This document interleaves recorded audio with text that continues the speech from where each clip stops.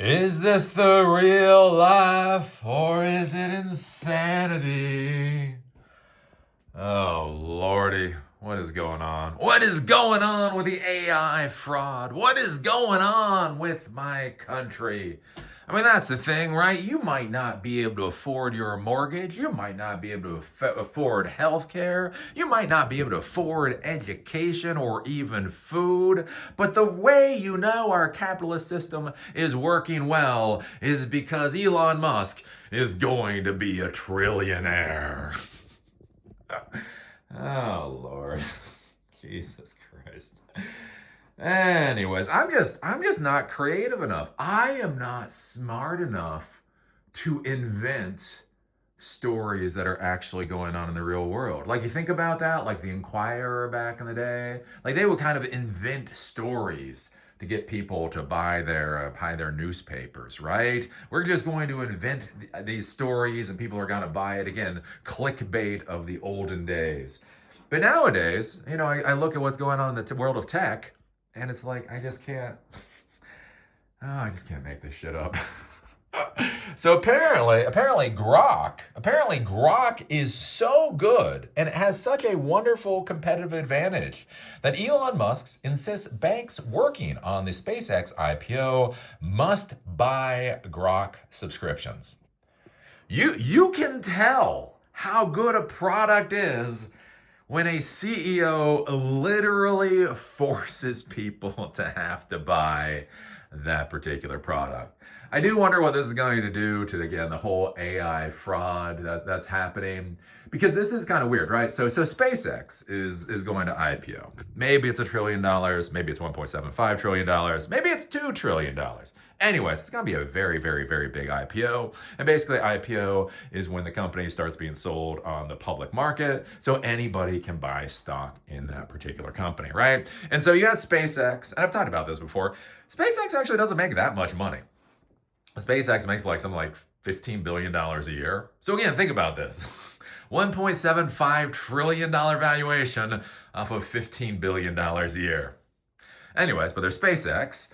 And under that, they bought xAI. So xAI is Grok and all that kind of thing. And then xAI had previously purchased Twitter, X. So when you buy your share of SpaceX, you're also going to be getting X and xAI. One of the things I find interesting about this, though, is that so Elon Musk is going to put this company on the public market, right? And he has to put in all his SEC filings and the rest of it. So when these SEC filings start coming out, we are actually going to start getting a look at how bad the AI fraud is. Like just like with WeWork, right? We were told how valuable WeWork was and how WeWork was going to change the world and all that horseshit. And that story lasted all the way up until they did their SEC filings, and people realized, oh my God, what the fuck, right? So I think what's interesting, right? If you look at OpenAI, if you look at xAI, if you look at Anthropic, the reality is for most of these big AI players, we really don't know what the numbers really look like, right? We don't get transparency. We get disclosures. Disclosures are not necessarily transparency. We are told specific information that, the CEOs want us to know. So, yeah. So I think what's kind of interesting here is when SpaceX IPOs, basically all of the information becomes public knowledge. And so here's the thing. What happens when we all find out how not particularly valuable artificial intelligence really is, right? Because that's one of the things with a $1.75 trillion valuation for SpaceX, that's not really off of space. Again, space is, they make like $5 billion a year off of space launches. I was actually surprised. I am genuinely surprised it's so low, but they only make like $5 billion a year off of actual launches. And then they make like another $8-9 billion a year off of Starlink. Starlink is really good. And that's SpaceX, right? So a lot of the idea here is you're getting this tech company of the future. It's not just SpaceX, but it's AI and all this other stuff. And so I think one of the interesting things to think about is what happens when we start seeing the SEC filings and you realize that artificial intelligence just isn't worth that much money. It's the WeWork for 2026, right? And so if Elon Musk starts starts forcing his bankers, starts forcing the people that are part of the IPO process to purchase subscriptions to Grok, or to xAI, before the SEC filings go through. Isn't that a useful way to put your thumb on the scale to make the numbers look better than they probably are? All right. If we go over, we take a look at this. Banks and other firms that want to work on SpaceX's initial public offering are being required to buy subscriptions to the Grok AI service, the New York Times reported. Elon Musk, quote, is requiring banks, law firms, auditors, and other advisors working on the IPO to buy subscriptions to Grok, his AI chatbot that is part of SpaceX, the New York Times wrote, citing an anonymous source. Quote, some of the banks have agreed to spend tens of millions of dollars on the chatbot, and they have already started integrating Grok into their AI systems, or IT systems. Right? So they're already spending tens of millions of dollars to basically feed Grok or xAI or basically SpaceX revenue. And then think about this for a second. As they start implementing this into their IT systems, they're not implementing this shit in their IT systems because it's the best product on the market.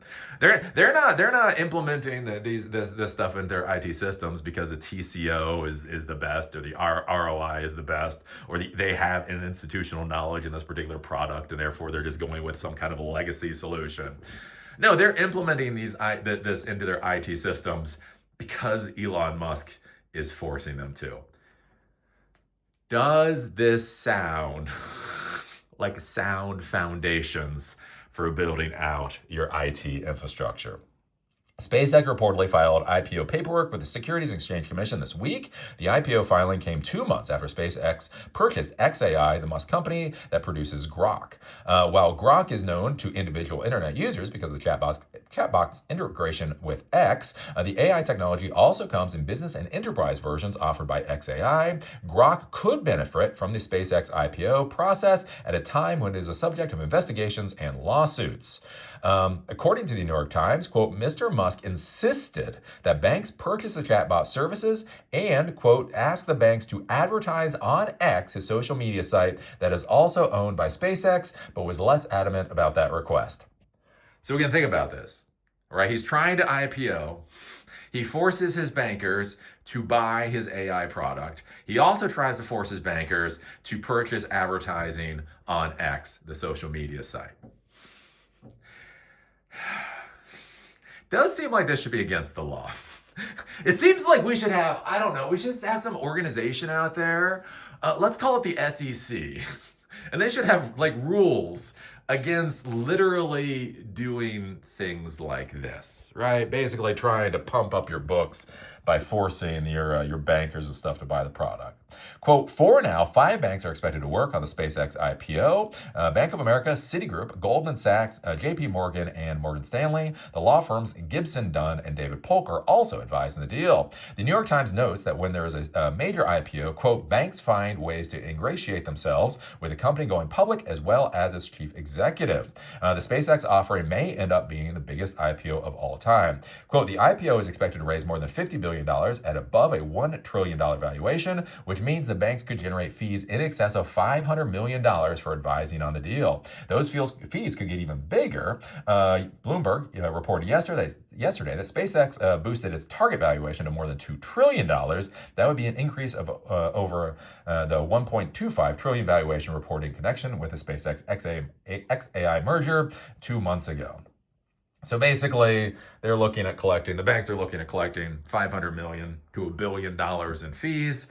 So you say, hey, if you want to get, $500 million to $1 billion in fees from working on this deal, you have to spend tens of millions of dollars, buying our products or services. Which again, for the banks, makes sense. It's like, wait a minute. So I have to spend $1 buying your product, and I get $10 back. Yeah, I'm gonna do that. I'm gonna do that. The big problem here, again, my whole argument with this is it's the whole AI fraud, right? We see this circular financing.